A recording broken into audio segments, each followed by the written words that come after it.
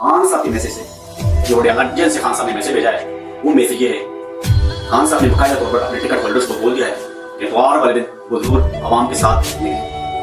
अब सूरत बड़ी गंभीर हो गई है। अगर पीटीआई के टिकट होल्डर्स ये करने में कामयाब हो जाते हैं तो पीटीआई को रोकना मुमकिन ही नामुमकिन। ये जो सुनामी अगर कल निकल आया इतवार वाले दिन, उससे बड़ी गंभीर सूरत पैदा हो सकती है। जब खान साहब ने ये मैसेज भेजा तो इसमें ये एक वादिया तौर पर जो है मैसेज दिया गया है पब्लिक को कि ये पीटीआई एक मकबूल तरीन जमात थी और रहेगी, ना इसको खत्म कर सकता है ना भी खत्म करने की कोशिश कर सकता है। आप इस मैसेज की वजह से नून लीग के अंदर बड़ी बुखलाहट का शिकार है। नून लीग पंजाब के अंदर इस वक्त उसकी बड़ी गंभीर सूरत है। इलेक्शन लड़ने की कोशिश तो कर रही है लेकिन अवाम नहीं आ। आज भी इफ्ताबाद में जलसा था लेकिन अवाम ना आने की वजह से। मनसेरा में उन्होंने जलसा किया लेकिन अवाम ना होने की वजह से। जबकि दूसरी तरफ पीटीआई जब आम वर्कर कॉल देता है तो उसका सिलाव मुड़ता है।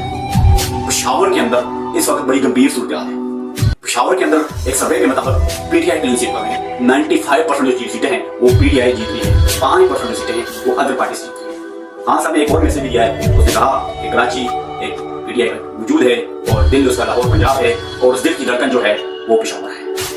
पेशावर की दिल की धड़कन इस वक्त चल रही है, वो पूरे जिस्म और दिल को जला रही है। इस तरह से पेशावर के बाद नून लीग को पंजाब के अंदर भी बड़ी मुश्किल का सामना करना पड़ता है। वो ऐसे कि वो अवाम में निकलते हैं लेकिन अवाम उनके तवक्कुआत के मुताबिक नहीं निकलते। वो इसलिए आपने देखा भी होगा कि पेशावर को लाहौर के अंदर कोई इतना बड़ा इवेंट नहीं कर पाए जितना उसको करना चाहिए था। मियां साहब के पाकिस्तान आने के बावजूद भी नून लीग को वो मकबूलियत हासिल नहीं हुई। इससे बताया यही लगता है कि नून लीग अपनी मकबूलियत खो चुकी है और पीटीआई इस वक्त एक जो है उसको रोकना मुश्किल ही नहीं नामुमकिन है। आप इसको सुनामी कह लें या कुछ भी कह लें, लेकिन पीटीआई इस वक्त अगर पंजाब के अंदर पीटीआई को बाकायदा तौर पर कैंपेन की इजाजत दी जाए, जलसा करने की इजाजत दी जाए, तो यकीन माने आप वो 2 दिन के अंदर पूरे लाहौर में बड़े बड़े जलसे कर सकती है। अगर यही टास्क नून लीग को दिया गया है तो नून लीग नहीं करता। ये दोनों जमातों में बड़ा डिफरेंस और वाज़ेह तौर पर इलेक्शन नजर आ रहा है। अगर फ्री एंड फेयर इलेक्शन होते हैं तो पीटीआई मुझे लगता है कि 2/3 अक्सरियत से एक मकबूल बात दोबारा उतरेगी और खान साहब मुझे लगता है कि जेल के अंदर बैठे बैठे ही दोबारा मुंतखब। जाहिर तो यही लग रहा है